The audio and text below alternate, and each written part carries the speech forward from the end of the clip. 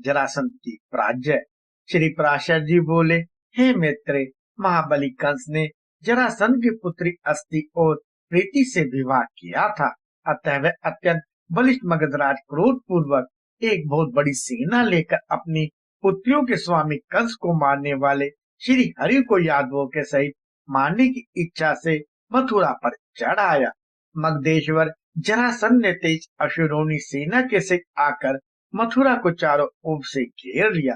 तब महाबली राम और जनार्दन थोड़ी सी सेना के साथ नगर से निकलकर जरासंध के प्रबल सैनिकों से युद्ध करने लगे। हे मुनिश्रेष्ठ, उस समय राम और कृष्ण ने अपने पुरातन शस्त्रों को ग्रहण करने का विचार किया। हे विप्र, हरि के स्मरण करते ही उनका शांग धनुष, अक्षय वारयुक्त दो तरकश और कोमदकी नाम की गदा आकाश से आकर उपस्थित हो गए।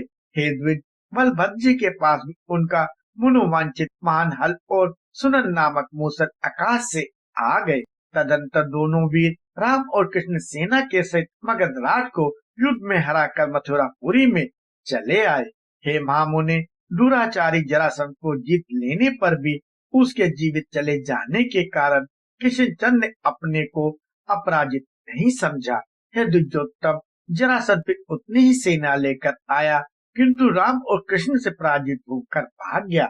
इस प्रकार अत्यंत दुर्घर्ष मगधराज जरासंध ने राम और कृष्ण आदि यादवों से 18 बार युद्ध किया। इन सभी युद्धों में अधिक सैन्यशाली जरासंध थोड़ी सी सेना वाले यदुवंशियों से हार कर बाहर गया। यादवों की थोड़ी सी सेना भी जो उसकी अनेक बड़ी सेनाओं से पराजित न हुई, यह सब भगवान विष्णु के अंश अवतार श्री कृष्णचंद की सनिधि का ही मान था। उस मानव धर्मशील जगतपति की यह लीला ही है, जो कि ये अपने शत्रुओं पर नाना प्रकार के अस्त्र छोड़ रहे हैं, जो केवल संकल्प मात्र से ही संसार की उत्पत्ति और संहार कर देते हैं। उन्हें अपने शत्रु पक्ष का नाश करने के लिए भला उद्योग फैलाने की कितनी आवश्यकता है।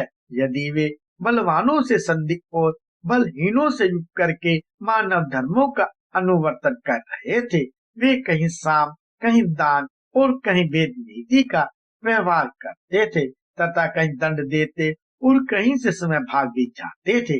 इस प्रकार मानव देहधारियों की चेष्टाओं का अनुवर्तन करते हुए श्री जगतपति की अपनी इच्छा अनुसार लीलाएं होती रहती थी। द्वारका दुर्ग की रचना, काल यवन का भस्म होना और मुचुकुंद कृत भगवत स्तुति। श्री पराशर जी बोले, हे द्विज, एक बार महर्षि गार्ग्य से उनके साले ने यादवों की गोष्ठी में नपुंसक कह दिया। उस समय समस्त यादव यदुवंशी हंस पड़े। तब गार्ग्य ने अत्यंत कुपित हो दक्षिण समुद्र के तट पर जा यादव सेना को भयभीत करने वाले पुत्र की प्राप्ति के लिए तपस्या की। उन्होंने श्री महादेव जी की उपासना करते हुए केवल लोह चूर्ण भक्षण किया। तब भगवान शंकर ने 12वें वर्ष में प्रसन्न होकर उन्हें अभिष्ट वर दिया। एक पुत्रहीन यमनराज ने महर्षि गार्ग्य की अत्यंत सेवा कर उन्हें संतुष्ट किया। उसकी स्त्री के संग से ही इनके एक भोरे के समान कृष्ण वन बालक हुआ। वह यमनराज उस काल यमन नामक बालक को, जिसका वस्त्र वर्ष के समान कठोर था, अपने राज्य पद पर अभिषेक कर स्वयं वन को चला गया। तदंतर वीरमदोन काल यमन ने नारद जी से पूछा कि पृथ्वी पर बलवान राजा कौन कौन से हैं। इस पर नारद जी ने उसे यादवों को ही सबसे अधिक बलशाली बताया। यह सुनकर काल यमन ने हजारों हाथी, घोड़े और रथों के सहित सैकड़ों करोड़ मलेच्छ सेना को साथ ले बड़ी भारी तैयारी की और यादवों के प्रति क्रुद्ध होकर वह प्रतिदिन हाथी, घोड़े आदि के थक जाने पर उन वाहनों को त्याग करता हुआ अन्य वाहनों पर चढ़कर अविच्छिन्न गति से मथुरापुरी पर चढ़ आया। एक और जरासंध का आक्रमण और दूसरी ओर कालयवन की चढ़ाई देखकर श्री कृष्णचंद्र ने सोचा, यवनों के साथ युद्ध करने से क्षीण हुई यादव सेना अवश्य ही मगध नरेश से पराजित हो जाएगी, और यदि प्रथम मगध नरेश से लड़ते हैं तो उससे क्षीण हुई यादव सेना को बलवान काल यवन नष्ट कर देगा। हाय, इस प्रकार यादवों पर एक ही साथ यह दो तरह की आपत्ति आ पहुंची है। अतः मैं यादवों के लिए एक ऐसा दुर्जय दुख तैयार कराता हूँ जिसमें बैठकर वृष्णि से यादवों की तो बात ही क्या है, स्त्रियां भी युद्ध कर सके। उस दुर्ग में रहने पर यदि मैं मत असावधान सोया अथवा कहीं बाहर भी गया हूँ, तब भी अधिक से अधिक दुष्ट शत्रुघ्न भी यादवों को पराभूत ना कर सके। ऐसा विचार कर श्री गोविंद ने समुद्र से 12 योजन भूमि मांगी और उसमें द्वारकापुरी निर्माण की, जो इंद्र की अमरावती के समान महान उद्यान, गहरी खाई, सैकड़ों सरोवर और अनेकों महलों से सुशोभित थी।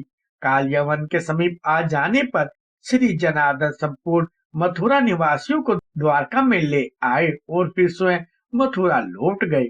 जब यमनराज काल यवन ने उन्हें देखा, महायोगीश्वरों का चित भी जिन्हें प्राप्त नहीं कर पाता, उन्हीं वासुदेव को केवल बहुरूप शस्त्रों से ही युक्त अर्थात खाली हाथ देखकर वह उनके पीछे दौड़ा। काल यवन से पीछा किए जाते हुए श्री कृष्णचंद्र उस महागुहा में घुस गए जिसमें महावीर वैशाली राजा मुचुकुंद सो रहा था। उस दुर्मति यवन ने भी उस गुफा में जाकर सोए हुए राजा को कृष्ण समझकर लात मारी। उसके लात मारने से उठकर राजा मुचुकुंद ने उस यमराज को देखा। हे मैत्र, उसको देखते ही वह यवन उसकी क्रोध अग्नि से जलकर भस्मीभूत हो गया। पूर्व काल में राजा मुचुकुंद देवताओं की ओर से देवासुर संग्राम में गए थे। असुरों को मार चुकने पर अत्यंत निर्दयी होने के कारण उन्होंने देवताओं से बहुत समय तक सोने का वर मांगा था। उस समय देवताओं ने कहा था कि यदि तुम्हारे शयन करने पर तुम्हें जो कोई जगावेगा वह तुरंत अपने शरीर से उत्पन्न हुई अग्नि से जलकर भस्म हो जाएगा। इस प्रकार पापी काल यमन को दग्ध कर चुकने पर राजा मुचुकुंद ने श्री मधुसूदन को देखकर पूछा, आप कौन है? तब भगवान ने कहा, मैं चंद्रवंश के अंतर्गत यदुकुल में वसुदेव जी के पुत्र रूप उत्पन्न हुआ हूँ। तब मुचुकुंद को गार्ग्य मुनि के वचनों का स्मरण हुआ। उनका स्मरण होते ही उन्होंने सर्वेश्वर श्री हरि को प्रणाम करके कहा, हे परमेश्वर, मैंने आपको जान लिया है। आप साक्षात भगवान विष्णु के अंश हैं। पूर्व काल में गार्ग्य मुनि ने कहा था कि 28वें युग में द्वापर के अंत में यदुकुल में श्री हरि का जन्म होगा। निसंदेह आप भगवान विष्णु के अंश हैं और मनुष्यों के उपकार के लिए ही अवतीर्ण हुए हैं। तथापि मैं आपके महान तेज को सहन करने में समर्थ नहीं हूँ। हे भगवान, आपका शब्द सजल मेघ की घोर गर्जना के समान अति गंभीर है तथा आपके चरणों से पीड़ा होकर पृथ्वी झुकी हुई है। हे देव, देवासुर महासंग्राम में दैत्य सेना के बड़े बड़े योद्धागण भी मेरा तेज नहीं सह सके थे और मैं आपका तेज सहन नहीं कर सकता। संसार में पतित जीवों की एकमात्र आप ही परम आश्रय हैं। हे शरणागतों के दुख दूर करने वाले, आप प्रसन्न हुए और मेरे अमंगलों को नष्ट कीजिए। आप ही समुद्र हैं, आप ही पर्वत है, आप ही नदियां हैं और आप ही वन है और आप ही पृथ्वी, आकाश, वायु, जल, अग्नि और मन है। आप ही बुद्धि, अव्याकृत प्राणों के अधिष्ठाता पुरुष हैं तथा पुरुषों से भी परे जो व्यापक और जन तथा विकास से शून्य तत्व है, वह भी आप ही हैं। जो शब्द आदि से रहित, अजर, अजय, अक्षय और नाश तथा बुद्धि से रहित है, वह आद्यहीन ब्रह्म भी आप ही हैं। आप ही से देवता, पितृगण, यक्ष, गंधर्व, किन्नर, सिद्ध और अप्सरागण उत्पन्न हुए हैं। आप ही से मनुष्य, पशु, पक्षी, सरीसृप और मृग आदि हुए हैं तथा आप ही से संपूर्ण विश्व और जो कुछ भी भूत भविष्य चराचर जगत है वह सब हुआ है। हे प्रभु, मूर्त, अमूर्त, स्थूल, सूक्ष्म तथा और भी जो कुछ है वह सब आप जगत करता ही है। आपसे भिन्न और कुछ भी नहीं है। हे भगवान, तापत्रय से अभिभूत होकर सर्वदा इस संसार चक्र में भ्रमण करते हुए मुझे कभी शांति प्राप्त नहीं हुई। हे नाथ, जल की आशा से मृग तृष्णा के समान मैंने दुखों को ही सुख समझकर ग्रहण किया था, परंतु वे मेरे संताप के ही कारण हुए। हे प्रभु, राज्य, पृथ्वी, सेना, कोश, मित्र पक्ष, पुत्रगण, स्त्री तथा सेवक आदि और शब्द आदि विषय, इन सबको मैंने अविनाशी तथा सुख बुद्धि से ही अपनाया था, किंतु वे इस परिणाम में वे ही दुख रूप से हुए।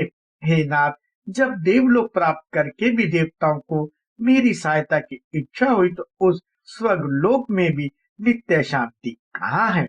हे परमेश्वर, संपूर्ण जगत की उत्पत्ति के आदि स्थान आपकी आराधना किए बिना कौन शाश्वत शांति प्राप्त कर सकता है? हे प्रभु, आपकी माया से मूड हुए पुरुष जन्म, मृत्यु और जरा आदि संतापों को भोगते हुए अंत में यमराज का दर्शन करते हैं। आपके स्वरूप को न जानने वाले पुरुष नरकों में पड़कर अपने कर्मों के फलस्वरूप नाना प्रकार के दारुण क्लेश पाते हैं।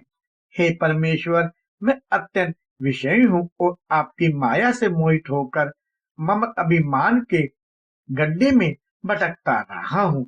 वहीं मैं आज अपार और अप्रेम परम पद रूप आप परमेश्वर की शरण में आया हूँ, जिससे बिन दूसरा कुछ भी नहीं है, और संसार भ्रमण के खेत से खिंचित होकर मैं नित्य तेजोमय निर्वाण स्वरूप आपका ही अभिलाषी हूँ।